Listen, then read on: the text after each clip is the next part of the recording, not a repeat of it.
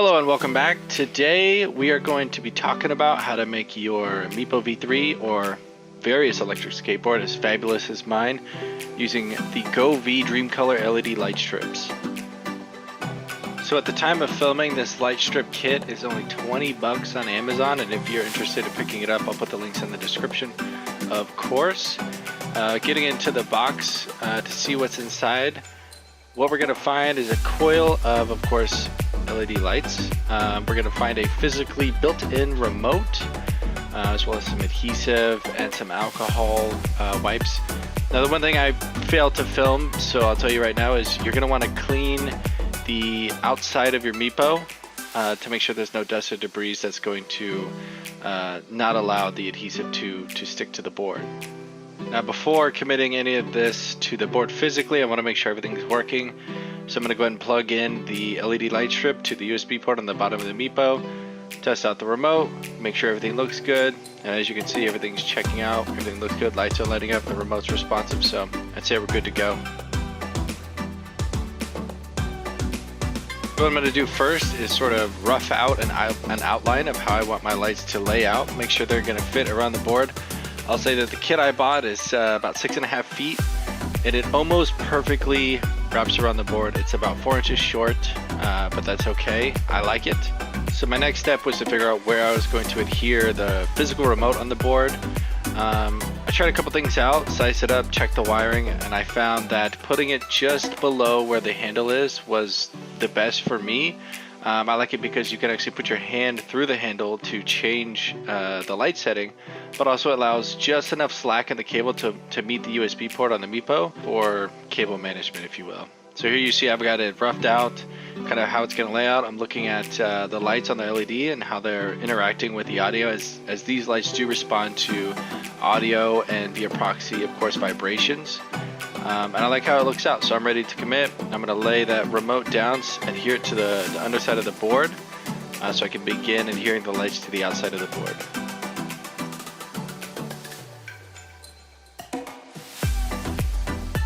So this next step is exactly what you think it is. We're going to remove the covering from the adhesive and carefully wrap it around the outside of the board. I found it was easier to do my board while I was upside down because it allowed the LED strip to lay parallel with the table, almost flat, not quite, but almost flat. It made it a lot easier to adhere the lights to the board.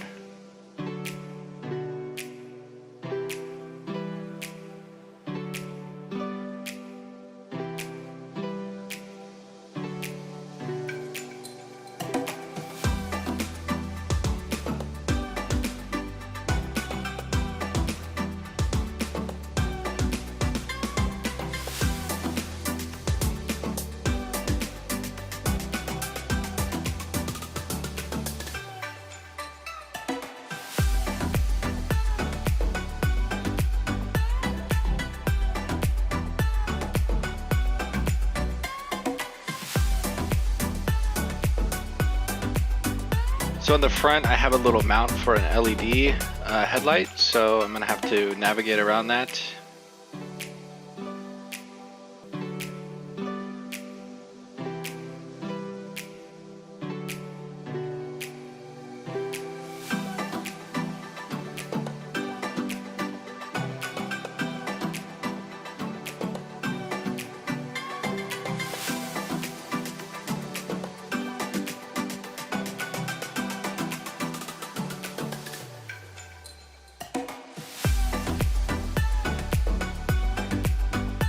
With that, you're basically done. You can see you can put your hand right through the handle to turn the lights on, change the style, change the setting, and if you're careful, you can do it while you're riding, which is pretty nice.